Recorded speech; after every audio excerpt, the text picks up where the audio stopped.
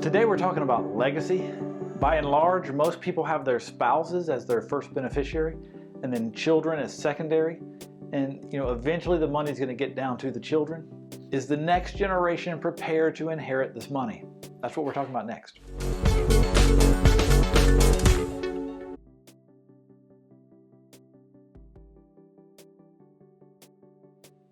Hey, my name is Mel Stubbs. I'm a financial planner at Christy Capital Management, and we work with people on these type of subjects. And I know today's video is not one that people love to talk about, but we need to talk about it. God has blessed you with accumulating some money, and you can't take it with you. Naked you came into the world, and naked you shall leave. Eventually, somebody's going to be getting this money. Are they prepared to get it? Let's go over some tough questions. What do you and your spouse want to be remembered for? That's a tough one. What values do you want to live out in front of your family? Because remember, you need to pass on your values before you pass on money. We've all heard the crazy scenario of the 18-year-old inherits a couple of $1 million, and before you know it, they got a fancy sports car and a drug addiction, and the money's gone. We don't want that. We need to be passing on values prior to passing on money. Do you have a legacy plan? And a beneficiary form alone is not a legacy plan. So let's go through some tough questions. If you need to pause the video to write down the questions and answers, let's do it. How much of an inheritance do you think you're going to be leaving? Do you think it's going to be a blessing or a curse? There's a famous Warren Buffett quote that says he wanted to give his children just enough so that they would feel that they could do anything, but not so much that they would feel like doing nothing. That's important. Sometimes people who have money issues really have a heart issue, and money just exposes it. What do you hope your inheritance will accomplish in the lives of your heirs? Have you discussed this with them? What are your current giving practices? And are you planning on doing some charitable giving through your legacy plan? Are your children aware of this? One way we've seen a lot of people do this, let's say you have 2 children, they kind of make charitable giving be an additional child. So instead of leaving things 50-50 with 2 children, they're leaving it 33%, 33%, 33%, and kind of adding an additional child. That's one way to do it. So there are some transition plans that fail. Here's an article about how 70% of people squander the money, and most of the time on average, it's completely spent within 5 years. You don't want that to be the case in your situation. You want to communicate your plans and desires with your heirs, because here's the thing.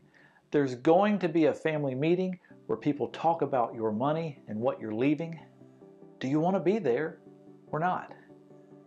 If it's uncomfortable and you don't want to have the discussion, guess what? After your death, there's going to be a family meeting about your money.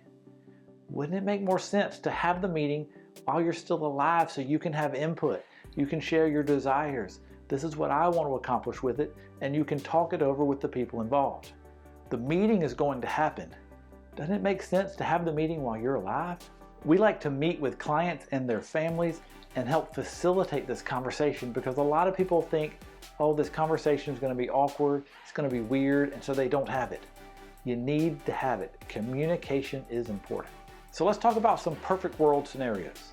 In a perfect world, your children would have some ballpark knowledge of what they may be getting. Now, obviously they need to be adult children and not teenagers, but they shouldn't be blindsided by a large number or underwhelmed by a number a lot lower than they were thinking. We should be communicating so that everybody kind of knows what's happening. In a perfect world, Generation 1, that's you, and Generation 2 would talk over what they want to accomplish with this money. What are the goals for this money? And what you may find out through the conversation is that you have more money than you need, you have enough, and you can help with some of these goals while still living. But if you don't ever have the conversation, you might not know about them. It's important to communicate.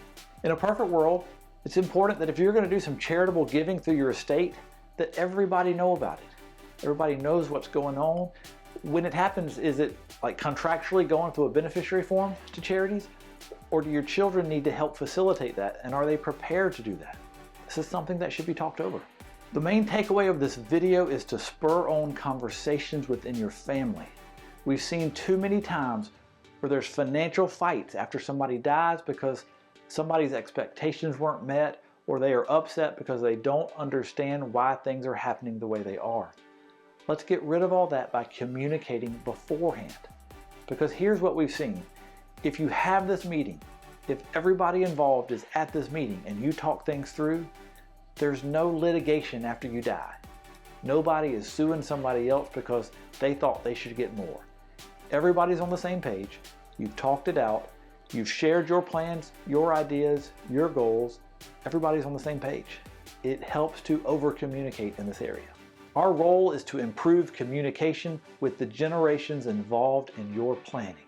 If you need help with this type of planning, if you want to work with a financial planning firm that thinks about this and realizes this is important and this is an area that we can help with, jump on over to christycapital.com, click on the Talk to an Advisor, call the number on your screen. We would love to talk with you. My name is Mel Stubbs. I'll talk with you next time.